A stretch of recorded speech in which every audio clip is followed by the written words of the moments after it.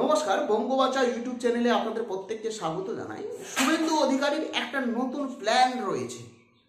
মুখ্যমন্ত্রী মমতা ব্যানার্জিকে হারানোর জন্য শুভেন্দু অধিকারীর একটা নতুন প্ল্যান রয়েছে।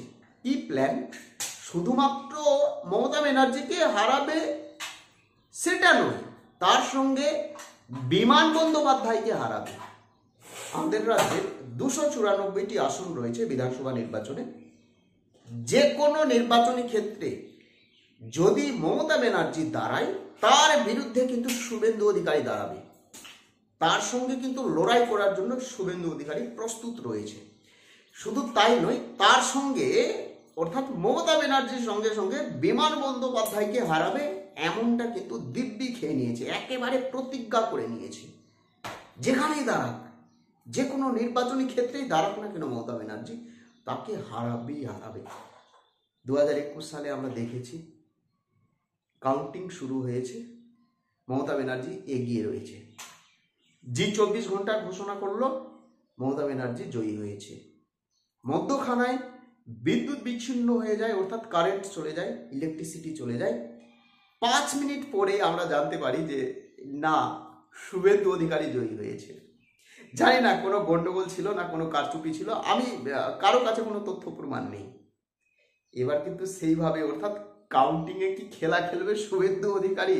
নতুন প্ল্যান রয়েছে, শুভেন্দু অধিকারীর নতুন প্ল্যান রয়েছে, যেটা সূত্র মারফত আমি জানতে পারলাম যে যেখানে দাঁড়া, যদি সংখ্যালঘু, যেখানে যে সমস্ত বিধানসভা কেন্দ্রে সংখ্যালঘু ভোটার বেশি রয়েছে, অর্থাৎ 70% বা 80%, যেমন মালদহ, মুর্শিদাবাদ, 2 দিনাজপুর, এই সমস্ত জায়গাতেও যদি মমতা ব্যানার্জি দাঁড়ায়, অর্থাৎ শুভেন্দু অধিকারীর ভয়ে যদি দাঁড়ায়, কলকাতা ছেড়ে যদি উত্তরবঙ্গে আসে, যেমন মুর্শিদাবাদ, এই সমস্ত বিধানসভা কেন্দ্রে যদি দাঁড়ায় মমতা ব্যানার্জি, তবুও কিন্তু শুভেন্দু অধিকারী তার বিরুদ্ধে দাঁড়াবে বিজেপির হয়ে।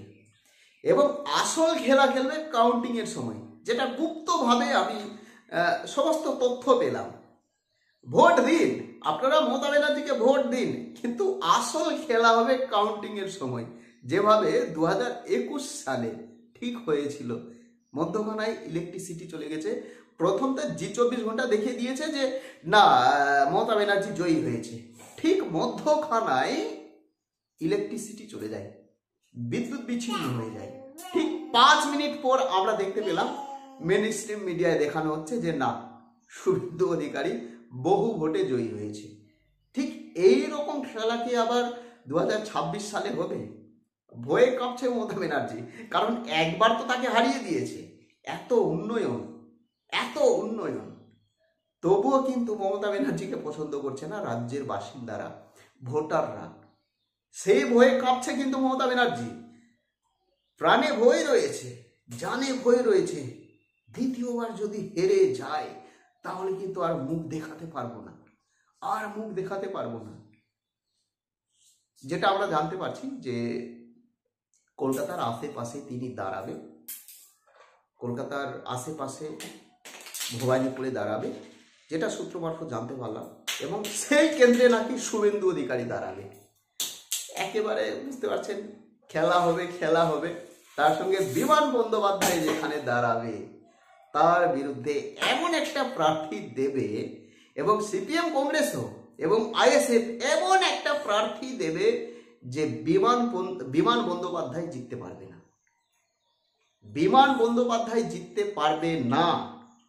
একটা নতুন প্ল্যান চলছে বিমান বন্দ্যোপাধ্যায়কে হারানোর জন্য, এবং রাজ্যের মুখ্যমন্ত্রী মমতা ব্যানার্জিকে দ্বিতীয়বার হারানোর জন্য একটা নতুন প্ল্যান করছে শুভেন্দু অধিকারী। কাউন্টিং এর সময় নাকি আবার, অর্থাৎ গণনা কেন্দ্রেই নাকি আবার খেলা খেলবে শুভেন্দু অধিকারী, যেটা গুপ্তভাবে আমি জানতে পারলাম। যাই হোক, আর বেশি কথা বলবো না।